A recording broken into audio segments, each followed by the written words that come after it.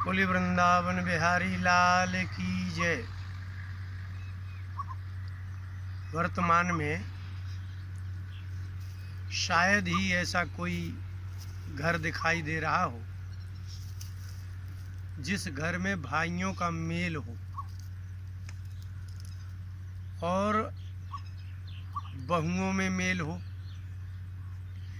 यहाँ तक कि माता पिता और पुत्र में मेल हो, सास बहू में मेल हो, नंद भाभी में मेल हो और परिवार के जो अपनी जाति के बंधु बांधव हैं उनसे मेल हो, किसी रिश्तेदार से मेल हो। ऐसा क्यों हो रहा है? ऐसा क्या कारण हो सकता है? आपको क्या लगता है कि वो हमसे प्रेम नहीं करता, वो हमसे छल करता है, झूठ बोलता है, कपट करता है, लेकिन यही बात तो उसको लग रही है कि आप गलत करते हो, आप गलत बोल रहे हो, आप बहुत अंतर बना के चल रहे हो। कभी एकांत में बैठ करके आपको विचार करना होगा कि हमारे परिवारों में, मनुष्यों में ऐसी वृत्ति क्यों हो गई है। महाभारत का युद्ध प्रारंभ ही यहीं से होता है। सोचिए, गीता का प्रारंभ कहाँ से होता है? संजय को दिव्य दृष्टि व्यास जी ने दी, सभी सेनाएं पहुंच गई होंगी युद्ध के मध्य में, और इतने में धृतराष्ट्र ने पूछा।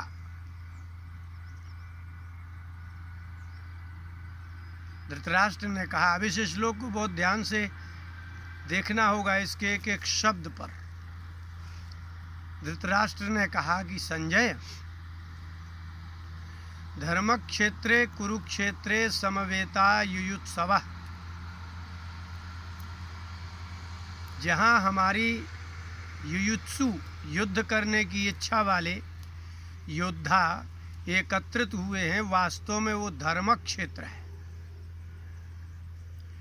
तीर्थ स्थल में युद्ध कैसा?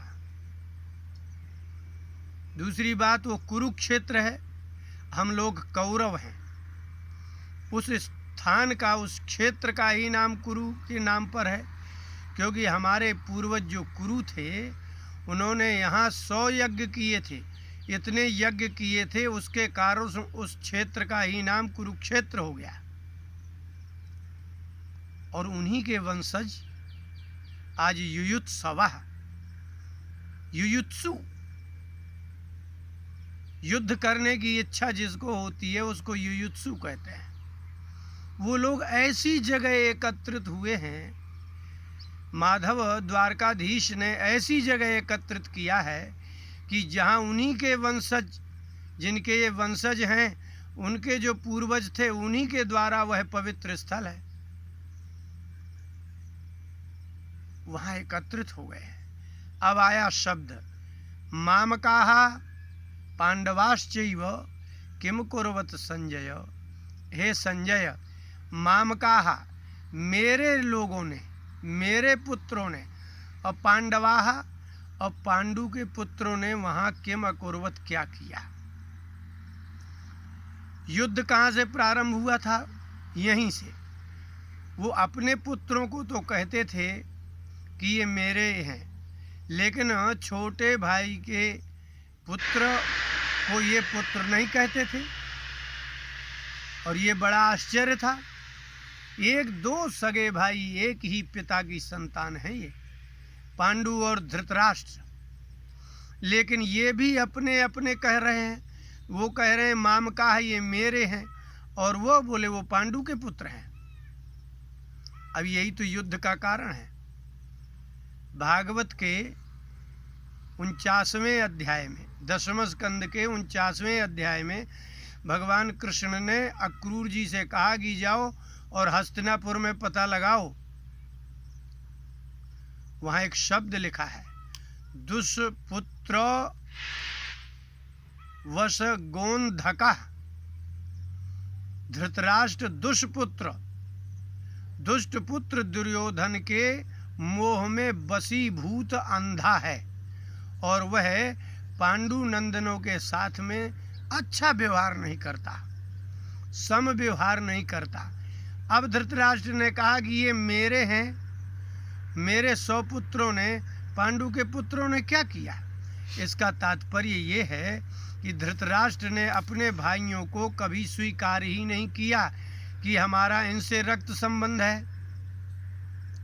अब आप आ जाइए अपने परिवार में, आपके परिवार में आप क्या बोलते हैं, ये मेरा नाती है, ये मेरा पुत्र है, और वो बोले वो भाई के पुत्र हैं। आपने सब तो बांट लिया, लेकिन ये रक्त संबंध कैसे बांट लिया। जैसे ही आप अपने शब्दों में अंतर करते हैं, उसी से मालूम होता है कि आपके हृदय में ममत्व नहीं है, जिसमें मम माने मेरा शब्द का प्रयोग संपूर्ण परिवार के लिए होगा, ये मेरे हैं, तो आपको भेद दृष्टि नहीं रहेगी। और जब आपकी भेद दृष्टि नहीं रहेगी तब आप में ममता होगी। देखो आप, मम शब्द का अर्थ होता है संस्कृत में मेरा, और ममता शब्द संस्कृत का है और उसका अर्थ होता है मेरापन। अब आपको अपने वंशधरों में मेरापन होना चाहिए। इससे भी ऊंची बात, यदि दूसरे भाई की कन्या का पुत्र आ जाता है तो उसमें और आपको अपनी कन्या के पुत्र में बहुत अंतर मालूम होता है। क्या अंतर है? अंतर है नहीं। अब आपने जो अंतर किया है वही अंतर जाएगा और जाकर के इतना दूर तक जाएगा कि अपनत्व नाम की वस्तु नहीं रहेगी। अब यहाँ शत्रु भाव जग गया। ये जब भी आप मेरा तेरा करते हैं, इसी में ही शत्रु भाव जगता है। हमने तो यहाँ तक देखा है कि सास कहती है बहू से कि मेरा सामान मत छूना, तो सास का ही तो सारा सामान है, फिर सास ऐसा क्यों कहे, बहू ऐसा क्यों कहे, भाई ऐसा क्यों कहे। धृतराष्ट्र पूरे हस्तिनापुर का मूल पुरुष है। उस मूल पुरुष ने 2 भाग किए, ये मेरे मामकाहा और पांडवाहा, ये पांडु के पुत्र हैं, ये मेरे हैं। इसलिए यहाँ से ही वो युयुत्सु हो गए। 2 भाइयों के पुत्र पांडव और कौरव, ये दोनों युयुत्सु हो गए, युद्ध करने की इच्छा हो गई। दुर्योधन को सुयोधन कहा जाता था, इनका बड़ा प्रेम था, लेकिन प्रारंभ से ही धृतराष्ट्र को यही भावना सदा बनी रही कि मेरा राज्य ना छिन जाए, जबकि पांडु के पुत्रों में ये कामना नहीं रही। कारण क्या है? इसलिए कि पांडु के पुत्र वीर्यज नहीं है, वो वीर्यज नहीं है, वो मंत्र पुत्र है। कुंती ने मंत्रों से ही उनका आधान किया है और उत्पत्ति की है। इसलिए युधिष्ठिर की दृष्टि में कोई शत्रु नहीं है। जिसका संसार में कोई शत्रु ना हो, जो संसार में किसी को शत्रु ना मानता हो, उसको यदि धृतराष्ट्र शत्रु मान रहा है तो ये कितनी दुष्टता है और कितनी विलक्षण बात है। आप अपने परिवार को ऐसे एकत्रित नहीं कर सकते कि जैसे आप कर रहे हो। आपके जैसे ही पुत्र होते हैं, आप उनमें भी भेद कर लेते हो।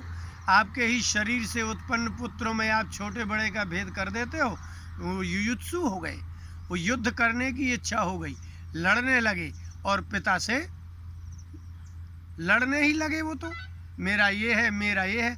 आप मूल पुरुष हो, इस संसार के परिवार के उत्पन्न करने वाले आप मुख्य हो।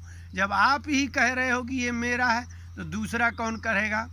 अब देखिए, संजय ने कहा कि हाँ महाराज, आपकी बुद्धि में ये बैठ गया है कि पांडव हमारे नहीं हैं और कौरव हमारे हैं, ये दुर्योधन आदि मेरे हैं और कोई नहीं है। जब आप यहाँ से भेद पैदा करते हैं, अब पूछ रहे हैं किम कुर्वत, उन्होंने क्या किया। अब संजय सुनाते हैं तो बिल्कुल अलग अलग सुनाना शुरू कर देते हैं। दुर्योधन का अलग सुनाते हैं और पांडवों का अलग सुनाते हैं। धृतराष्ट्र दुखी हो जाते हैं, लेकिन अर्जुन को देख करके दुखी बहुत प्रसन्न होते हैं। धृतराष्ट्र ने जब संजय के मुंह से सुना कि विषीदन निदमब्रवीत, दुखी होते हुए अर्जुन ने कहा, तो धृतराष्ट्र को बड़ी प्रसन्नता हुई। क्या हुआ, अब युद्ध नहीं होगा क्या? अर्जुन पराजित हो जाएगा? अर्जुन क्या छोड़ करके चला जाएगा? और बोलो संजय, जब आप अपने ही परिवार को दुखी देख करके, दुख के समाचार सुन करके प्रसन्न होते हैं, तब आपके घर में एकता नहीं हो सकती। और ऐक्य भाव जब नहीं होता तो ऐक्य मत भी नहीं होते, एक मत के नहीं होंगे। अब देखिए, उन्होंने बताया कि महाराज बहुत दुखी है अर्जुन। अर्जुन ने भगवान कृष्ण से कहा कि मुझे युद्ध नहीं करना है, ये भी एक प्रसन्नता का कारण है। बोले वाह, अर्जुन जैसा वीर भी। संजय ने ऐसा कह करके धृतराष्ट्र का मुंह देखा तो प्रसन्नता थी। भगवान से अर्जुन ने कहा कि भगवान, मैं युद्ध नहीं करना चाहता। भगवान ने कहा क्यों नहीं करना चाहते? बोले इसलिए कि गुरुन हत्वा ही महानुभावान, इन जो गुरु खड़े हुए हैं, इन महानुभावों को बिना मारे इससे अच्छा मैं सन्यासी हो जाऊं, त्यागी हो जाऊं, भिक्षाटन करने लगूं। ये भावना अर्जुन की है कि मैं इनको नहीं मारना चाहता। लेकिन सामने जो खड़े हुए दुर्योधन हैं, भीष्म पितामह हैं और द्रोणाचार्य हैं, वो तो शंख बजा चुके हैं कि युद्ध होना चाहिए। तो सामने वाला जब मारने को ही तैयार होता है, लेकिन एक दूसरी स्थिति है, एक की बुद्धि इतनी कुबुद्धि है कि इनको मार करके अपने ही परिवार के लोगों को मारेंगे। कुंती विधवा है, अब द्रौपदी भी विधवा हो जाए, उत्तरा भी विधवा हो जाए, इनके परिवार में एक भाई की विधवाएं ही विधवाएं हो जाएं, यह कामना है। अब दूसरे भाई की क्या कामना है? इसी को कहते हैं दैवी गुण। भगवान कृष्ण जिन पांडवों के साथ में हैं, वो भगवान कृष्ण की बुद्धि से चलते हैं, इसलिए उनकी बुद्धि में आया कि हम मारना नहीं चाहते। और उन्होंने कहा कि रुधिर प्रतिग्धान, अपने ही परिवार के रक्त से सने हुए राज्य को मैं क्या करूंगा? इसी को कहते हैं कि यदि एक पक्ष परिवार का यदि दूसरे पक्ष के प्रति ममता रखता भी हो, लेकिन दूसरा पक्ष निरंतर अत्याचार करता हो, कुवाक्य बोलता हो, कुदृष्टि रखता हो, वह व्यक्ति कहाँ तक क्या करेगा? वो युयुत्सु ना होते हुए भी युयुत्सु हो जाएगा। भगवान ने कहा कि अर्जुन, तुम्हें इसका ज्ञान नहीं है, ये लोग तुम्हारे परिवार के नहीं है। गुण और अवगुण में भेद करो। यदि आपका पुत्र दुर्गुणी है और दूसरे का पुत्र दुर्गुणी है, तो दूसरे के दुर्गुणी पुत्र की तो आप निंदा करते हैं, लेकिन आप अपने पुत्र की निंदा क्यों नहीं करते? आप जब अपने कन्या का विवाह करने जाते हैं और पता चल जाए कि उसका बालक पुत्र मदिरा पीता है, शराब पीता है, तो आप कहते हैं भाई वहाँ शादी नहीं करना है। लेकिन जब आपका पुत्र शराब पीता है तो आप छिपा करके किसी की कन्या क्यों ले लेते हैं? इसका मतलब ही है आप पक्षपात करते हैं। आपके पुत्र में जो दुर्गुण है वही दुर्गुण दूसरे के पुत्रों में है, तो दूसरे के पुत्रों की आप निंदा करते हैं और अपने पुत्रों की, उनके दुर्गुणों को छिपा करके और आप उसका विवाह कर लेते हैं। फिर वो कन्या आकर के आजीवन आपके पुत्र के द्वारा किए गए अत्याचार को भोगती है। यही स्थिति धृतराष्ट्र की है। इसलिए धृतराष्ट्र को ये दिखाई नहीं दे रहा है कि इसमें गुण किसके पास है। द्वैत वन में बैठे हुए युधिष्ठिर जी अपने 3 भाई हैं वहाँ, भीम भी है, अर्जुन मात्र नहीं है, नकुल सहदेव हैं। युधिष्ठिर ने कहा कि भीम देखो, विदुर जी आ रहे हैं, पढ़ने लायक है महाभारत, आपको पता चलेगा कि आपके घर में इतनी दुर्भावना क्यों जागृत हुई है। यही विदुर मुझे उस समय द्यूत क्रीड़ा के लिए बुलाने आए थे, अभी भी बुलाने आए हैं, लेकिन ध्यान रहे भीम, मैं इनको मना नहीं कर सकता। अगर अभी भी इन्होंने द्यूत क्रीड़ा के लिए कहा तो मैं तो महाराज धृतराष्ट्र की आज्ञा मान करके फिर भी द्यूत क्रीड़ा करूंगा, जुआ खेलूंगा, अब चाहे सबके प्राण ही क्यों ना चले जाएं। लेकिन विदुर जी को किसी प्रकार की ऐसी वार्ता कहने मत देना, लेकिन क्योंकि मैं मना ही नहीं कर सकता।